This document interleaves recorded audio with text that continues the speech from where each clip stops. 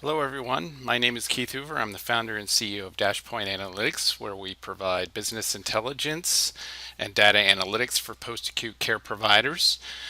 We focus on real-time data and unified data across all of your systems, provide actionable intelligence that you can make appropriate decisions on. Today, I'm going to be focused on one of our custom dashboards we just built called the ADL Analysis dashboard.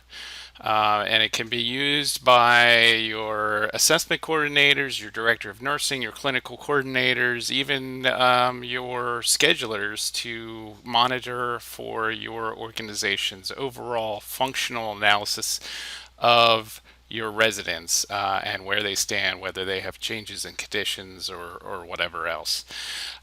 So let me go ahead and launch in here. One thing I want to point out is we have a live demo environment for anyone to try out. You just visit demo.dashpointanalytics.com, and you can go ahead, if you haven't already set up a login, you can just go down here and hit create account and set one up and play around in a safe environment with some of the custom dashboards we've built to get a sense for what services we provide.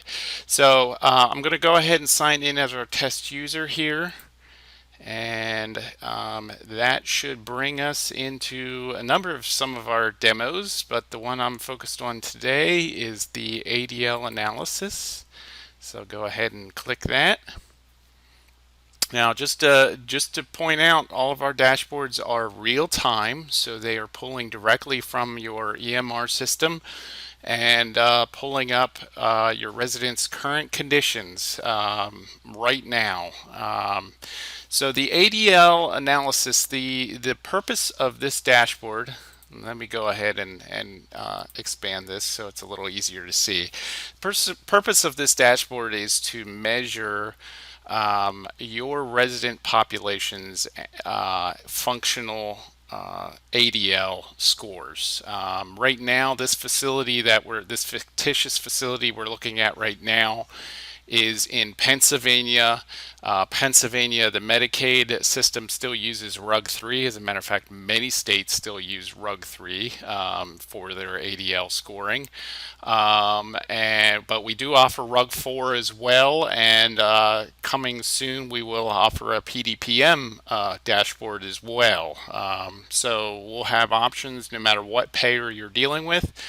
But this screen right here is an overall view of all your resident population and where their current ADLs are at.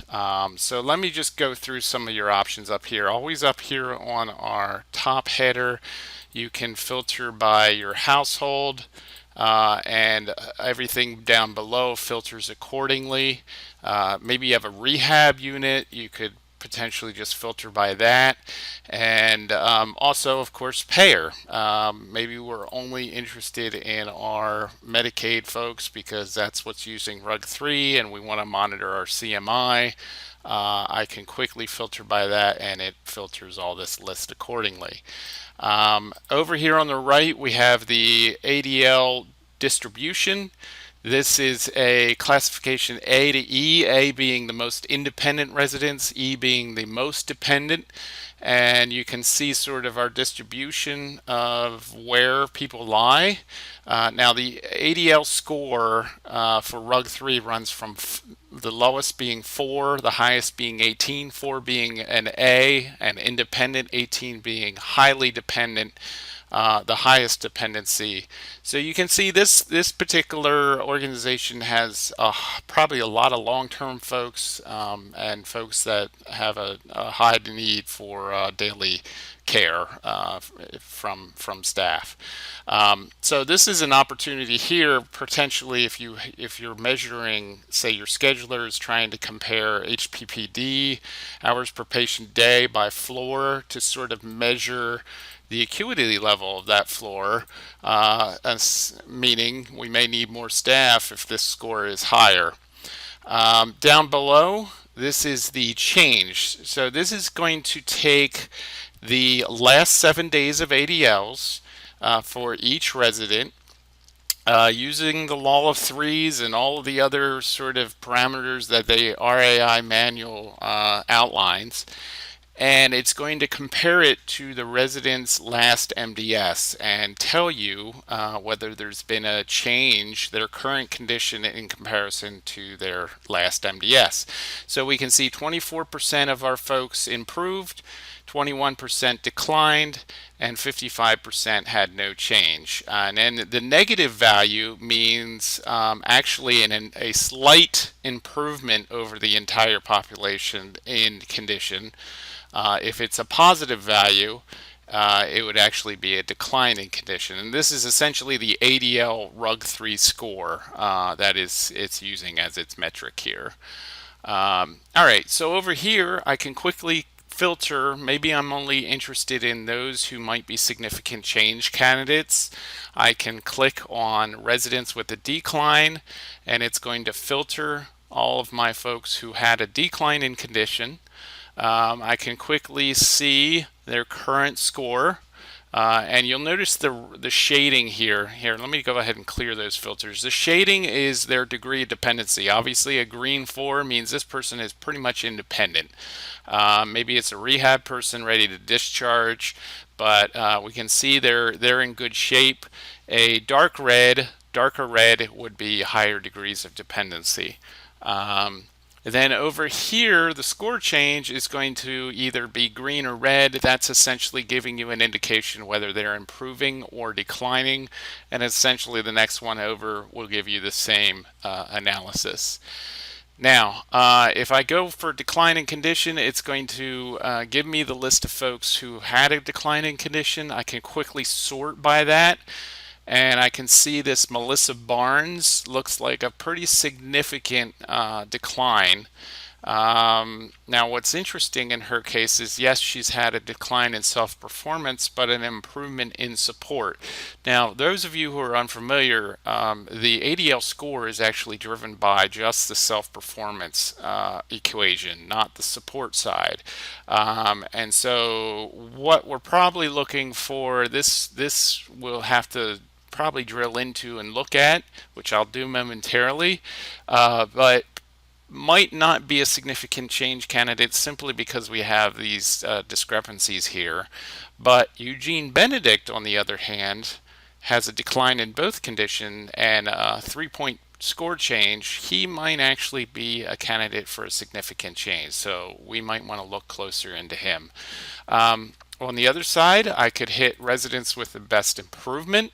Maybe we're looking for people who are doing well. I can quickly sort by this, and I can see Gerald Johnson is a Med A patient. He's probably nearing discharge. He's had quite an improvement in his functional score. And so, now, how do we go in and analyze these? There's a couple ways.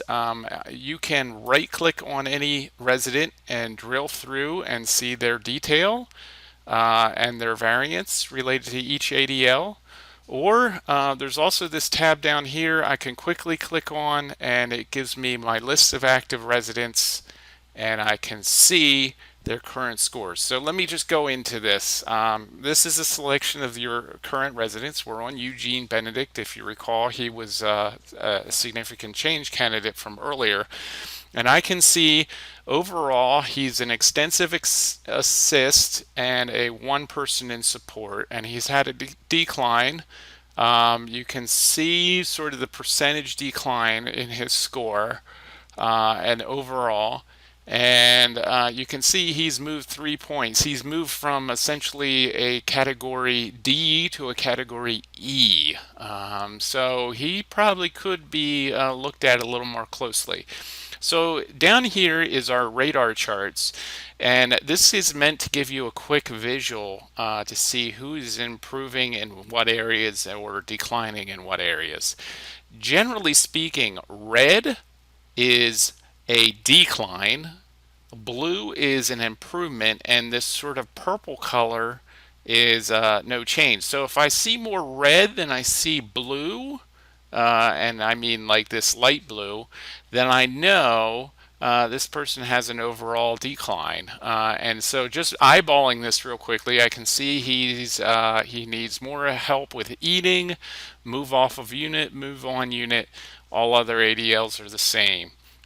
On the support side, I can see transfers are requiring an extensive assist with 2 people, and eating is now requiring an extensive assist of 1 person, whereas before he was relatively independent. So I can see quickly he has had an overall declining condition. Now, the ADL score is driven off of just 4 late loss ADLs. I can quickly click this button and it's going to filter by just those ADLs, which are bed mobility, toileting, transfer, and eating. And that, it looks like his biggest decline is in the eating category, which has influenced his 3-point change. So that gives you an idea how you can quickly identify who needs change. I can look at some of our other folks here. If I click down you through, you can see how they have changed. I'm trying to remember who we said. Was it Barbara Crane? I can't. Yeah, here's somebody actually had an improvement in condition. See how you see more blue than red. So this person actually has improved, and from their last MDS. Now, if I only want to see the most recent, I can quickly toggle this off and it's going to show me their current score. If I'm completing an MDS, I can quickly see right now in the last 7 days, this is what their score is.